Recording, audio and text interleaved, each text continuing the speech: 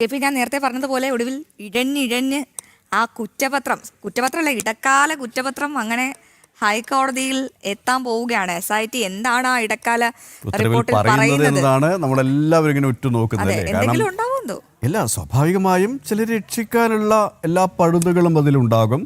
ചിലരെ ബോധപൂർവം കൊടുക്കാനുള്ള ഇടപെടലും ഉണ്ടായേക്കാം. കാരണം പ്രത്യേക അന്വേഷണ സംഘം എന്ന് പറയുമ്പോൾ ഈ ഒരു ആഭ്യന്തര വകുപ്പിന്റെ കീഴിലാണല്ലോ. സ്വാഭാവികമായും ആഭ്യന്തര വകുപ്പ് ഇറങ്ങേണ്ടവരൊക്കെ ഇറങ്ങി കഴിഞ്ഞു, അത് വേറൊരു കാര്യം. അത് കഴിഞ്ഞിട്ടാണ് ഈ ഇടക്കാല കുറ്റപത്രം സമർപ്പിക്കുന്നത്. ഇന്ന് പത്മകുമാറിന് നിർണായകമാണ്. അപ്പോഴാണ് ഇടക്കാല കുറ്റപത്രം കോടതിയിൽ എത്തുന്നത്. അതിലെന്തൊക്കെ കാര്യങ്ങളാകും? എന്തായാലും നിഷി അവിടെ തയ്യാറായിട്ടുണ്ട്. കെ.പി. നമുക്ക് നോക്കാം. ഹൈക്കോടതിയിൽ ഇന്ന് സ്വർണ്ണക്കവർച്ചയുമായി ബന്ധപ്പെട്ട ഇടക്കാല അന്വേഷണ റിപ്പോർട്ട് SIT സമർപ്പിക്കും. അടച്ചിട്ട കോടതി മുറിയിലാകും നടപടികൾ. സ്വർണ്ണപ്പാളികളുടെ ശാസ്ത്രീയ പരിശോധന സംബന്ധിച്ച കാര്യവും SIT ഇന്ന് ഹൈക്കോടതിയിൽ വ്യക്തമാക്കും. വിവരങ്ങളുമായി നിഷ ദിലീപ് ചേരുന്നുണ്ട്. Nisha, very good morning. ഇന്ന് ശബരിമല സ്വർണ്ണ കവർച്ച കേസിൽ എന്തുകൊണ്ടും നിർണായകമായൊരു ദിനം തന്നെയാണ്. രണ്ട് പ്രധാന കാര്യങ്ങളാണ് കോടതിയിലേക്ക് എത്തുന്നത്. ഒന്ന്, പത്മകുമാറിന്റെ ജാമ്യാപേക്ഷ. രണ്ട്, SITയുടെ ഇടക്കാല കുറ്റപത്രം. ഇടക്കാല കുറ്റപത്രം അടച്ചിട്ട കോടതി മുറിയിലാകും പരിഗണിക്കുക എന്നാണ് മനസ്സിലാക്കുന്നത്. എന്തുകൊണ്ടാണ് അത്തരമൊരു നടപടിയിലേക്ക് കടക്കുന്നത്? അപ്പം ഈ സ്വർണത്തിന്റെ ശാസ്ത്രീയ പരിശോധനയുമായി ബന്ധപ്പെട്ട് എന്തൊക്കെ കാര്യങ്ങളാകും SIT ഇന്ന് ഹൈക്കോടതിയിൽ അറിയിക്കുക?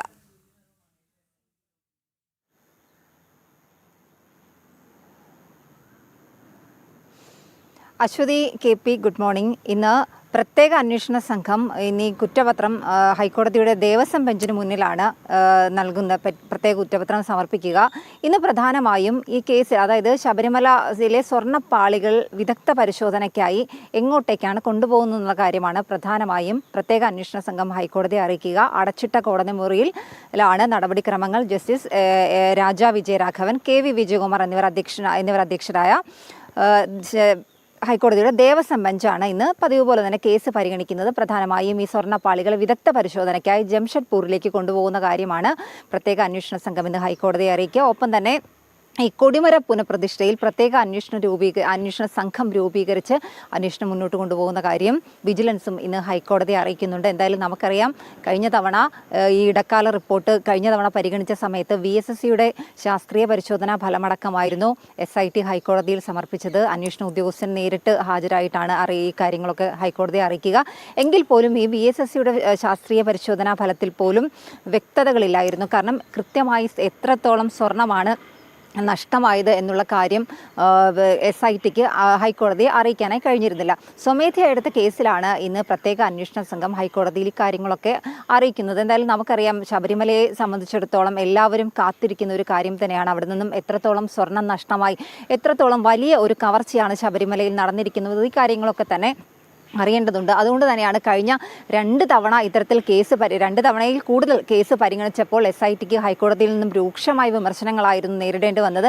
എന്തായാലും ഇന്നിപ്പോൾ ഈ ജംഷഡ്പൂരിലേക്ക് ശാസ്ത്രീയ പരിശോധനയ്ക്കായി, വിദഗ്ധ പരിശോധനയ്ക്കായി സ്വർണ്ണപ്പാളികൾ അയക്കുന്ന കാര്യമാണ് ഇന്ന് പ്രധാനമായും ഈ SIT സംഘം ഹൈക്കോടതിയെ അറിയിക്കുക. ഒപ്പം തന്നെ കേസിലെ ഇതുവരെയുള്ള അന്വേഷണ പുരോഗതി SIT സംഘം ഹൈക്കോടതിയെ അറിയിക്കുന്നുണ്ട്. കേസിൽ കൂടുതൽ ആളുകളെ പ്രതി ചേർക്കുന്ന കാര്യം കഴിഞ്ഞ തവണ തന്നെ SIT ഹൈക്കോടതിയെ അറിയിച്ചിരുന്നു. ഇക്കാര്യത്തിൽ ഇതുവരെ സ്വീകരിച്ച നടപടികൾ, ചോദ്യം ചെയ്യലുകളൊന്നും തന്നെ നടക്കുന്നില്ല. കാരണം SITയുടെ അന്വേഷണം പോലും ഇഴഞ്ഞു നീങ്ങുന്ന ഒരു സാഹചര്യത്തിലാണ് ED പോലും കേസന്വേഷണം ഏറ്റെടുത്ത് മുന്നോട്ട് കൊണ്ടുപോകുന്നത്. EDയുടെ അന്വേഷണം തുടങ്ങിയത് തന്നെ പരിശോധനകൾ അടക്കമായിരുന്നു. ബംഗളൂരുവിലും കേരളത്തിൽ പല ഇടങ്ങളിലും പരിശോധനകൾ നടന്നിരുന്നു. പല നിർണായകമായ രേഖകൾ പിടിച്ചെടുത്തിരുന്നു. EDയുടെ ചോദ്യം ചെയ്യലൊക്കെ പല ആളുകളിലേക്കും എത്തുന്നുണ്ട്. EDയുടെ ചോദ്യം ചെയ്യൽ ഉടൻ തന്നെ തുടങ്ങുന്നുണ്ട്. അതിൽ മറ്റൊരു പ്രധാനപ്പെട്ട ചോദ്യം കൂടി നിലനിൽക്കുന്നുണ്ട്. അതായത്, ഇന്നും ഹൈക്കോടതി SITക്ക് നേരെ വടിയെടുക്കാനുള്ള സാധ്യത അവിടെ നിലനിൽക്കുന്നില്ല. കാരണം ഇത്രയും ദിവസങ്ങൾ കഴിഞ്ഞാണ് ഒരു ഇടക്കാല അന്വേഷണ റിപ്പോർട്ട് പോലും സമർപ്പിക്കുന്നത്. അപ്പോൾ എന്തുകൊണ്ട് വൈകി എന്ന ചോദ്യത്തിന് SIT ഒരു ഉത്തരം പറയേണ്ടി വരില്ലേ കോടതിയിൽ?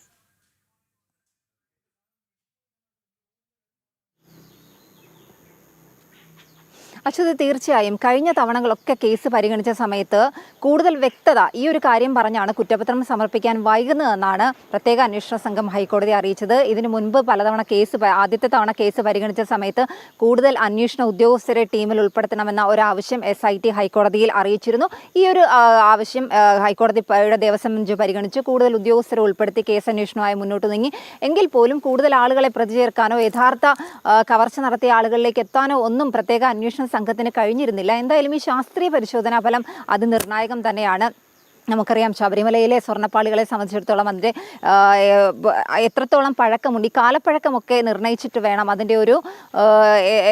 അതിൻ്റെ ഒരു ശാസ്ത്രീയ പരിശോധനാ ഫലത്തിലൂടെ മാത്രമേ ആ കാലപ്പഴക്കവും അതിൻ്റെ ഒരു വിലയും ഒക്കെ നിശ്ചയിക്കാൻ കഴിയുകയുള്ളൂ. എന്തായാലും എത്രത്തോളം സ്വർണം നഷ്ടമായി, ആരൊക്കെയാണ് ഈ കവർച്ചയ്ക്ക് പിന്നിൽ എന്നുള്ള കാര്യങ്ങളൊക്കെ തന്നെ ഇനിയും പുറത്തു വരേണ്ടതുണ്ട്.